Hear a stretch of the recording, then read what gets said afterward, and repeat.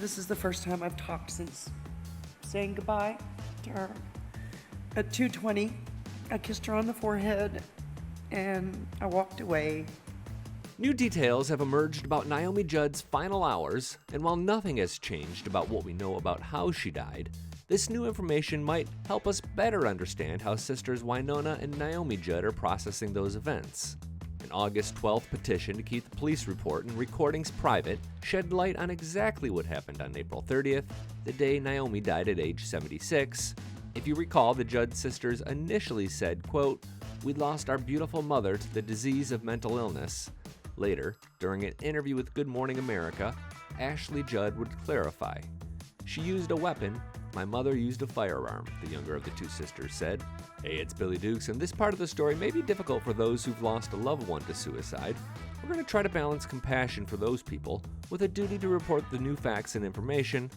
I'll explain what that means in a moment, but I do want to give those who know this story a little too well a chance to tap away. We dropped a link in the corner and the description for this video that celebrates Naomi's life and music.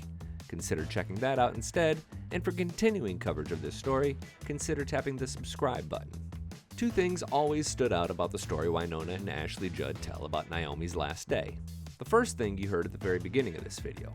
Wynonna talked about kissing her mother on the forehead and walking away. During that same speech at the Country Music Hall of Fame, she'd also say, We all gathered around her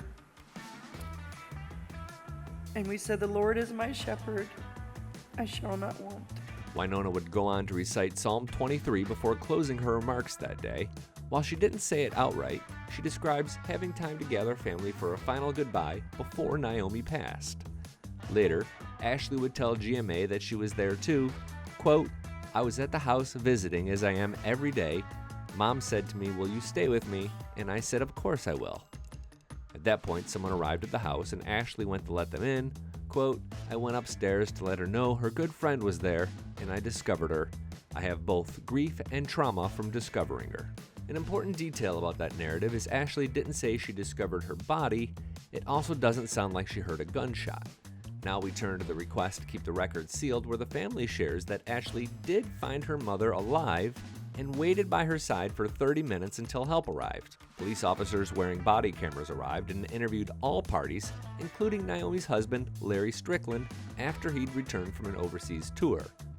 Both he and Ashley say they were not informed that the interviews were being recorded and not aware that they could be available for public dissemination later. The younger Judd says she was in, quote, "clinical shock, active trauma, and acute distress" at the time. Releasing the records, the request states, would cause significant trauma and irreparable harm. If the court follows precedent, then the family's request will not be honored. Whether or not it should be is a separate conversation, and let's keep it civil in the comment section below. But currently, public record laws in Tennessee allow these kinds of records to be released after an investigation is completed, or even during an investigation in some cases. Several media outlets have requested the information. Fair and balanced reporting means reporting all the details of a story, good and bad, regardless of subject. The Judd's lawyer says that, quote, "This broad dissemination and public reporting of the details of Miss Judd's death would be traumatic and cause irreparable harm to the plaintiffs in the form of emotional distress, pain, and mental anguish as they grieve the loss of their mother." While likely true, the court cannot by law create an exception without legal cause or some other overwhelming piece of evidence. Of course, a judge will have the final say. The hearing is set for September 12th in Williamson County Chancery Court. I want to reiterate that this isn't an opinion on what should happen, but an interpretation of law. Taste of Country was not one of the outlets that requested the information from police, although we're likely to follow up on the story as more information becomes available. I'm Billy Dukes for Taste of Country. Thanks for watching, and thanks for subscribing.